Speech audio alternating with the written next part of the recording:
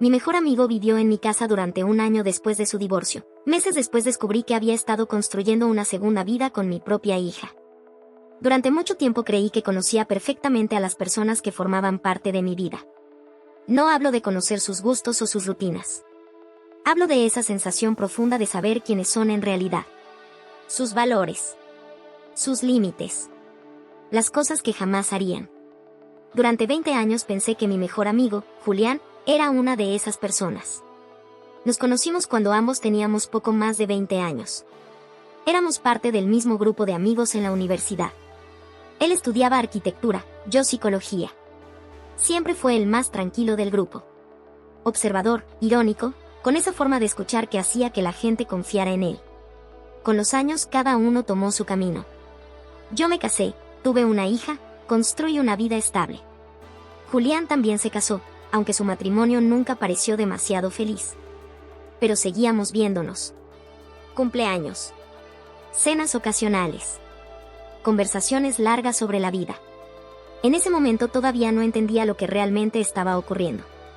Hace 2 años todo cambió para él. Su esposa lo dejó de forma abrupta. Una separación amarga que terminó en un divorcio complicado.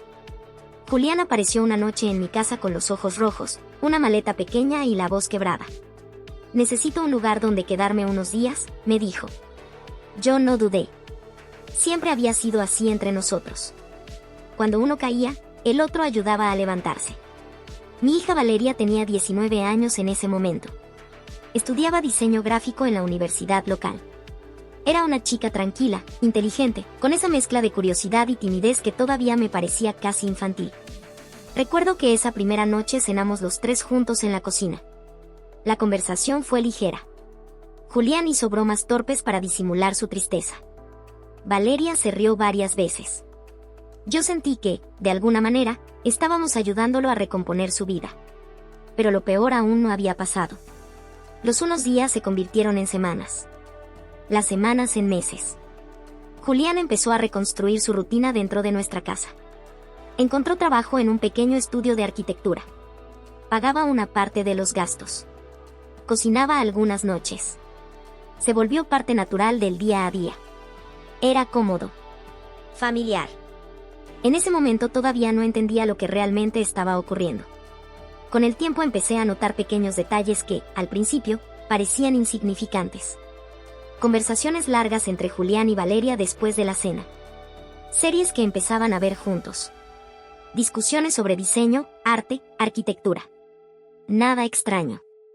Julián siempre había tenido facilidad para conectar con gente joven. Tenía una forma relajada de hablar que hacía que los demás se sintieran escuchados. Pero decidí no decir nada, todavía.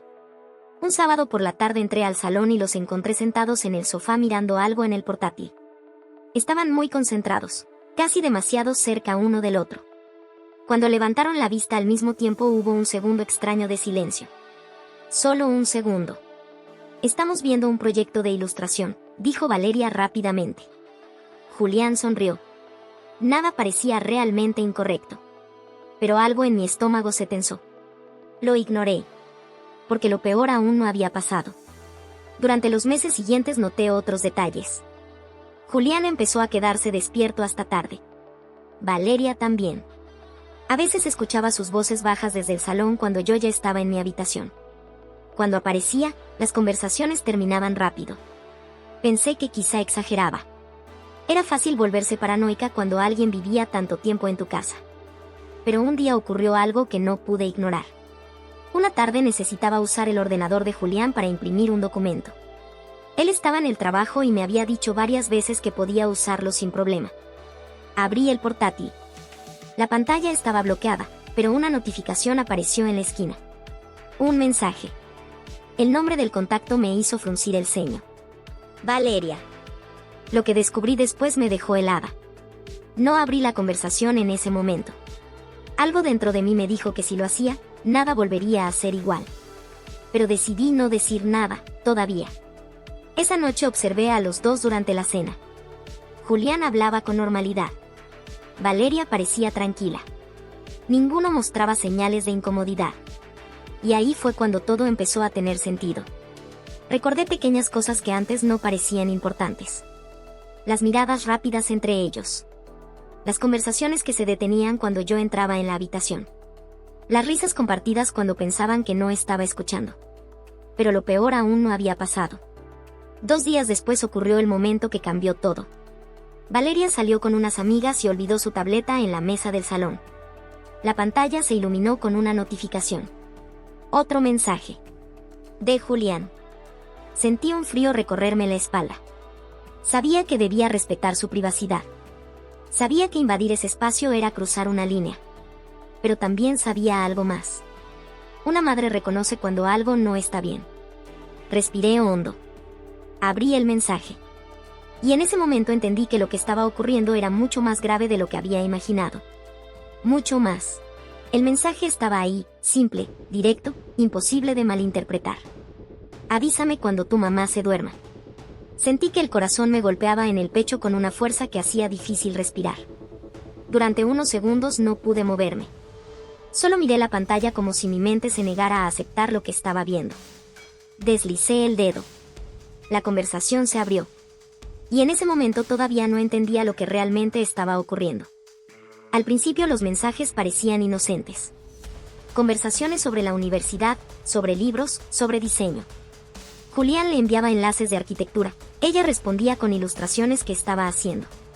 Pero a medida que bajaba por la conversación el tono cambiaba. Las horas de los mensajes se volvían más tardías. Las palabras más íntimas. Las bromas más privadas. Y luego apareció uno que me dejó completamente inmóvil. Me gusta hablar contigo cuando tu mamá no está cerca. Sentí un frío profundo recorrerme el cuerpo. Pero lo peor aún no había pasado. Seguí leyendo. Había mensajes de semanas. Tal vez meses. Conversaciones largas que ocurrían en la misma casa donde yo dormía al otro lado del pasillo. Había confesiones emocionales. Comentarios sobre lo especial que era su conexión. Sobre cómo nadie más los entendía de la misma forma. No había nada explícito, pero el subtexto era imposible de ignorar. Y ahí fue cuando todo empezó a tener sentido. Las noches largas en el salón. Las risas que se detenían cuando yo entraba. Las conversaciones que cambiaban de tema demasiado rápido. Sentí una mezcla de rabia, tristeza y una decepción tan profunda que me dejó temblando. Pero decidí no decir nada, todavía. Porque antes de reaccionar necesitaba entender hasta dónde llegaba todo esto. Esa noche cenamos como siempre. Valeria hablaba sobre un proyecto de la universidad. Julián comentaba algo sobre su trabajo en el estudio de arquitectura. Los observé en silencio. Ninguno sabía que yo ya había visto los mensajes. En ese momento ocurrió algo que me dejó aún más inquieta. Cada vez que uno hablaba, el otro lo miraba con una atención demasiado intensa. Era una conexión silenciosa. Pequeña. Pero evidente cuando sabías dónde mirar. Y ahí fue cuando comprendí algo que me revolvió el estómago. Ellos pensaban que yo no tenía idea de nada. Pero lo peor aún no había pasado. Durante los días siguientes decidí observar más. No confronté a nadie. No mencioné los mensajes. Solo presté atención. Fue entonces cuando empecé a notar comportamientos que antes habían pasado desapercibidos. Julián siempre encontraba una excusa para quedarse en casa cuando Valeria tenía días libres de la universidad. Cuando yo salía a hacer compras o a trabajar, ellos se quedaban conversando en el salón. A veces cuando regresaba los encontraba demasiado separados, como si hubieran cambiado de posición rápidamente. En ese momento todavía no entendía lo que realmente estaba ocurriendo. Pero estaba cerca de hacerlo. Una tarde llamé a Valeria mientras estaba en la universidad. Quería escuchar su voz. Saber si notaba algo extraño en su forma de hablar. ¿Cómo va tu día?, le pregunté. Bien, mamá. Normal. Demasiado normal. Luego mencioné casualmente que Julián estaba pensando en buscar un departamento para mudarse pronto. Hubo un silencio. Solo un segundo. Pero lo escuché. Ah, sí, respondió ella. Ese pequeño cambio de tono fue suficiente. Y ahí fue cuando todo empezó a tener sentido. Esa noche tomé una decisión. No podía simplemente echar a Julián sin entender qué estaba pasando en la cabeza de mi hija. Tampoco podía permitir que esa dinámica siguiera creciendo bajo mi propio techo. Tenía que romper la ilusión que él estaba construyendo. Pero hacerlo de forma que él no pudiera manipular la situación. Porque conocía a Julián. Sabía lo persuasivo que podía ser cuando alguien lo confrontaba. Lo que hice después fue algo que ninguno de ellos esperaba. Primero hablé con alguien de confianza. Una psicóloga amiga mía que trabajaba con jóvenes universitarios. Le expliqué la situación con cuidado, sin dramatizar demasiado. Su reacción fue inmediata. Eso es manipulación emocional, dijo con firmeza. Escuchar esas palabras me dio claridad. No era una historia romántica secreta. Era algo mucho más peligroso. Pero lo peor aún no había pasado. Durante los días siguientes empecé a preparar el momento en que todo saldría a la luz. Hice algunas cosas que parecían normales desde afuera. Organicé una cena familiar para el domingo. Invité a mi hermana y a su esposo. También invité a 2 amigos antiguos que conocían a Julián desde la universidad. Todos aceptaron. Nadie sospechó nada. Y ahí fue cuando todo empezó a tener sentido, para mí. Porque si Julián pensaba que podía mantener esa historia oculta dentro de mi casa, estaba a punto de descubrir lo equivocada que estaba esa idea. Lo que iba a ocurrir en esa cena cambiaría completamente la dinámica entre todos nosotros. Y él no tendría forma de evitarlo. El domingo llegó más rápido de lo que esperaba. Durante todo el día sentí una calma extraña. No era tranquilidad exactamente.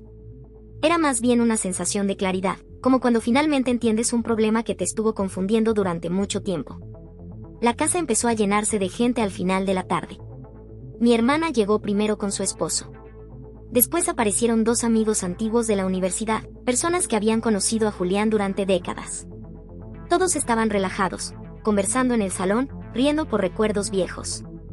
Julián actuaba como siempre. Encantador. Amable. Hacía bromas mientras servía vino en las copas. Nadie habría sospechado que algo estaba a punto de romperse. Valeria también parecía tranquila.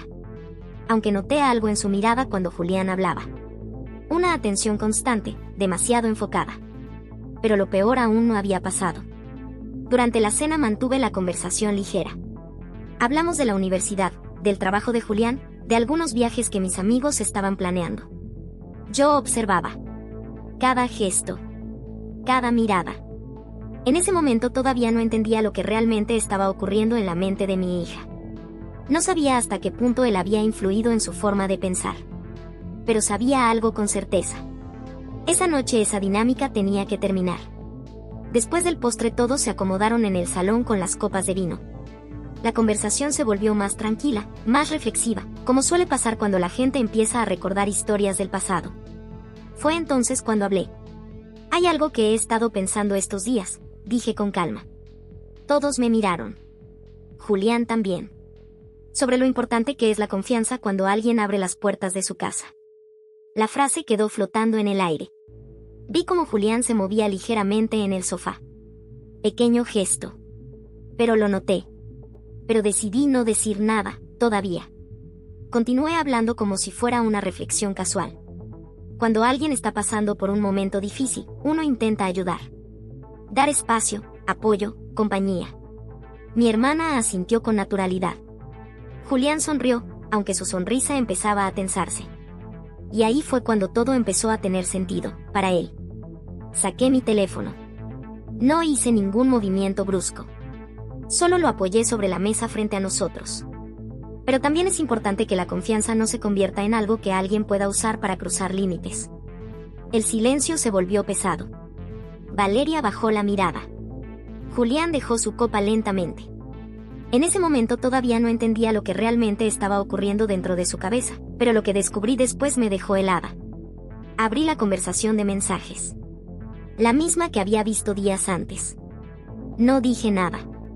Solo giré el teléfono para que todos pudieran ver la pantalla. El salón quedó completamente en silencio. Los ojos de Julián se clavaron en el teléfono. Su rostro perdió el color. Valeria se quedó inmóvil. ¿Quieres explicar esto?, pregunté con una voz que apenas reconocí como mía. Julián abrió la boca, pero ninguna palabra salió al principio. Luego intentó algo que ya esperaba. ¿Estás malinterpretando? Pero lo peor aún no había pasado. Porque antes de que pudiera terminar la frase, mi amiga psicóloga, a quien había invitado discretamente a la cena como parte del grupo, habló por primera vez. Su tono fue firme. Eso no es una malinterpretación. Es manipulación emocional. La palabra cayó en la habitación como una piedra en agua quieta. Manipulación. Y ahí fue cuando todo empezó a derrumbarse para él. Mis amigos comenzaron a hacer preguntas. Mi hermana miraba a Julián con incredulidad. Valeria finalmente levantó la cabeza. Su expresión estaba llena de confusión, como si de repente viera la situación desde un ángulo completamente diferente. Julián intentó justificarse. Dijo que solo estaban hablando. Que yo exageraba. Pero cada mensaje en la pantalla decía otra cosa. La ilusión que había construido se rompió frente a todos. Esa misma noche le pedí que se fuera de mi casa. No hubo discusión. Solo silencio. Recogió algunas cosas en una maleta y salió por la puerta sin mirar atrás. Pero lo peor aún no había pasado, para él. Porque en los días siguientes varias personas del círculo social que compartíamos se enteraron de lo ocurrido. Amigos, colegas, conocidos del estudio de arquitectura. La reputación de Julián empezó a desmoronarse rápidamente. No por lo que yo dijera, sino por lo que todos habían visto esa noche. Valeria tardó meses en procesar todo. Tuvimos muchas conversaciones difíciles. Hubo lágrimas, enojo, momentos de silencio incómodo. Pero poco a poco empezó a entender algo importante. La diferencia entre atención genuina y manipulación disfrazada de conexión. Hoy nuestra relación es más fuerte que antes. Más honesta. Más consciente. A veces pienso en todo lo que ocurrió y me pregunto qué habría pasado si hubiera ignorado esas señales pequeñas al principio. Es curioso cómo las traiciones más peligrosas suelen esconderse detrás de gestos aparentemente amables. Por eso quiero preguntar algo a quienes escuchan esta historia. Si hubieran estado en mi lugar, ¿habrían confrontado la situación frente a todos o habrían manejado el problema en privado? Suscríbete y dale compartir para más historias.